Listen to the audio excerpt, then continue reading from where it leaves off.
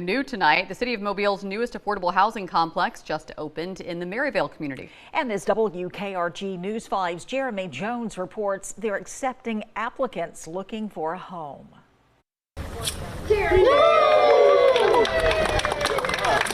The newest affordable housing complex from the City of Mobile features 96 units with 1, 2, and 3 bedroom options. It's a huge first step. The Maryvale Place Apartment sits on Hertel Street, which is where the May Eanes Middle School used to sit before it was torn down.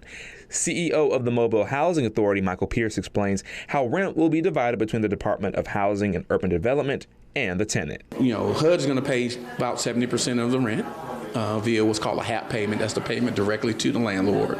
And then the tenant pays about up to 30% of their adjusted income to the landlord to complete that 100%. Council President C.J. Small says the new housing will bring more residents to his district. They are used to living in the Maysville community, so this is one step that moving them back into the community, and especially moving them back in a more up-to-date, modern living facility versus what they was living in. Residents can expect to move in within the next 2 to 3 months, and Mayor Sandy Simpson says the apartments are just the first phase of new affordable housing in the city. Phase 2 is right behind where I'm standing now.